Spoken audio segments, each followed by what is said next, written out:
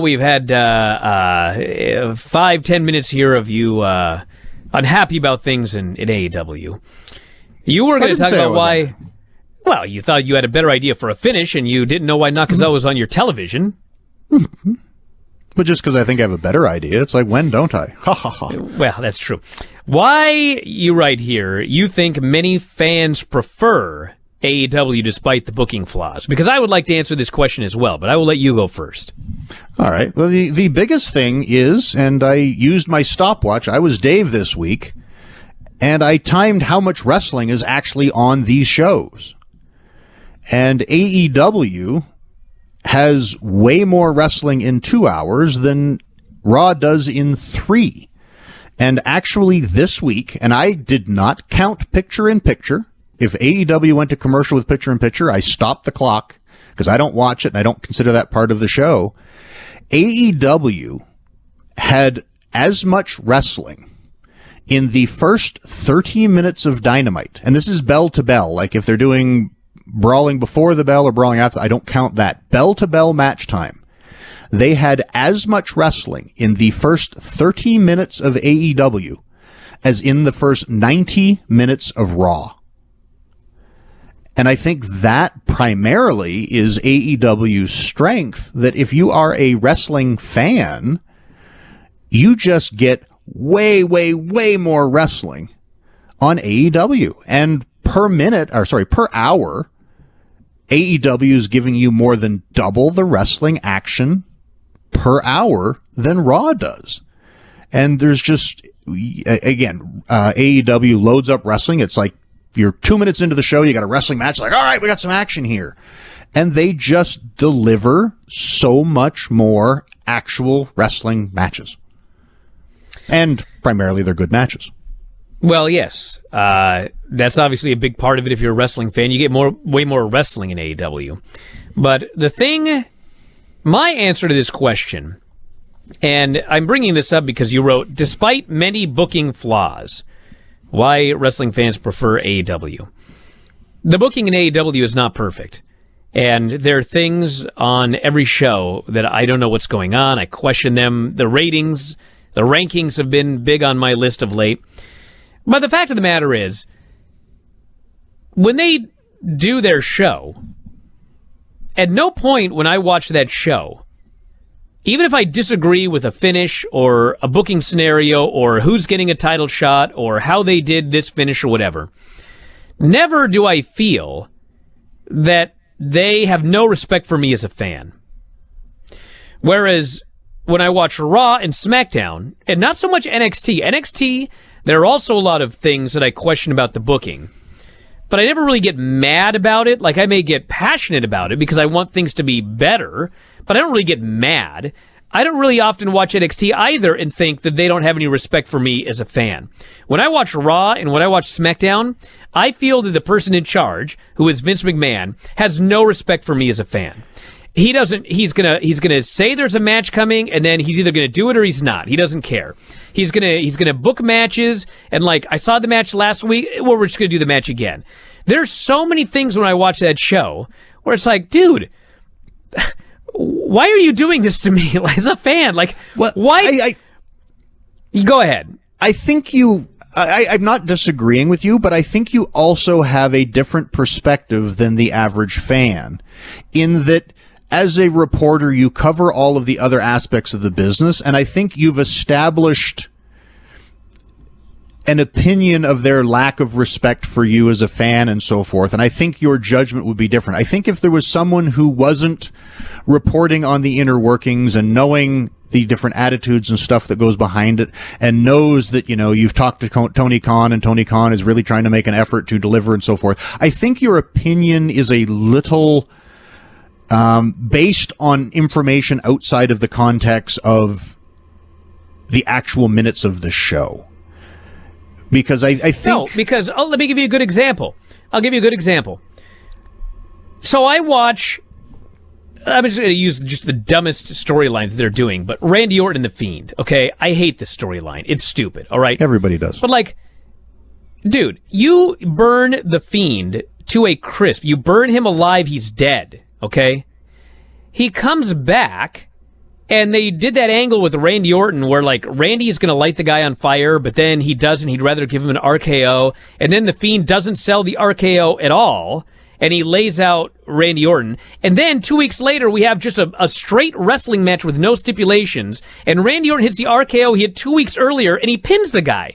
Like, it's things like that where, as a fan, what? Yes, but he pinned the guy with one RKO. Yeah, I agree with you that doesn't make sense. But on the other hand, I think you have a built-up intolerance for WWE where you have a established acceptance for AEW. Because I will throw the other way that I saw Britt Baker get beat to a bloody pulp, pile-driven through a table, and soundly defeated in the main event of Dynamite. And then the next week, I was treated like I was dumb enough to not realize that she lost the match because they brought her out and celebrated, and I never saw the winner again. So I think you can find examples in both shows that the booking makes no sense and feels insulting. And then again, after that big loss, she says she's going to become the number one contender. I never see her wrestle again until she comes out and says she's the number one contender. It's like you can find examples Lance, where the booking insults you. On any wrestling show. Okay? Yes, you have an established dislike of one company already. There's a big difference here, okay? And that is that, yes, they had that match, and I have not seen Thunder Rosa since, except I think she did one taped interview, okay?